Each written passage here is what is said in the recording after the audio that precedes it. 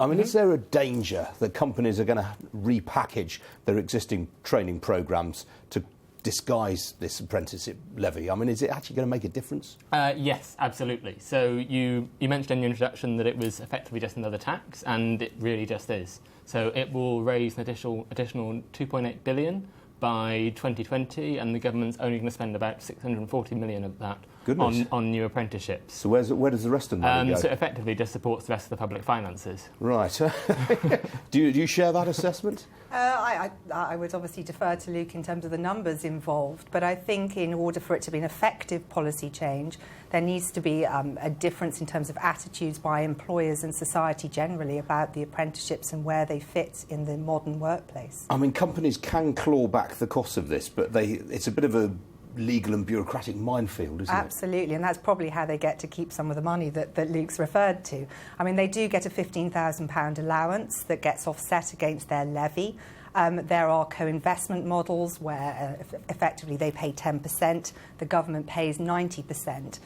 But it's very bureaucratic, and I think where you have organisations and sectors which already pay a levy, such as engineering and construction, they're going to be paying this twice.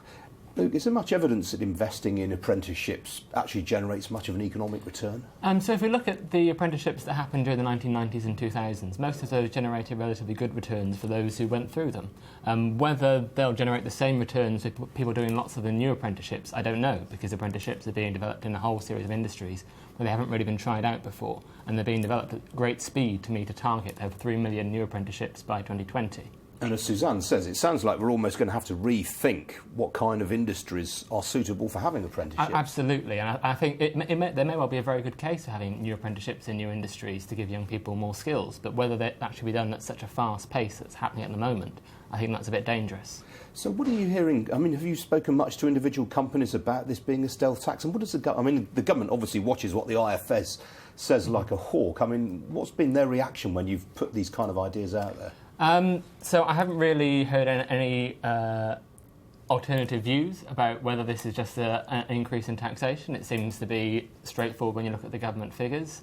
But I think there is a view that perhaps this new system might make firms see this is their money and want to exploit it as much as possible. So that might be something that happens. Quite. I mean, what do you think about the firm's position? Are you getting calls from clients about this? Are they anxious about it? I mean, it was interesting. I know some of the employers' organisations say they're not even aware that their members may have to pay some of these levies. I think part of the challenge is really looking at how to make use of the money that's paid into this. And I think it means that, employers are going to need to sit down with their internal teams, work out what needs to be paid through the payroll system and work out how to make it work for them. And I think for larger employers, they will most definitely be subsidising government policy. Is there any way that firms can avoid this? I mean, clearly it depends on their turnover to an extent. Yeah, I think, it depends on their pay bill. I think one of the big challenges about it is if they're in a group structure and they're connected to other companies, that each of those separate entities pay the levy, but only one of them can take the allowance. So there is some strategy that I think will need to be worked through about how to make it work for each of these companies. And what about the apprentices themselves that are being taken on here? Where do we think they're going to come from? It's quite hard to say at this point. I mean, this is very much a new policy. It's going to apply to, we're told, 29 different industries. There are 1,200 trailblazer employers who are putting these standards together. And I think it's going to be a question of looking at how this works out in practice, what those standards are and what the take-up is. Do you think, Luke, the government consulted with employers enough? I mean, you've called it a stealth tax here. Did they talk to employers sufficiently?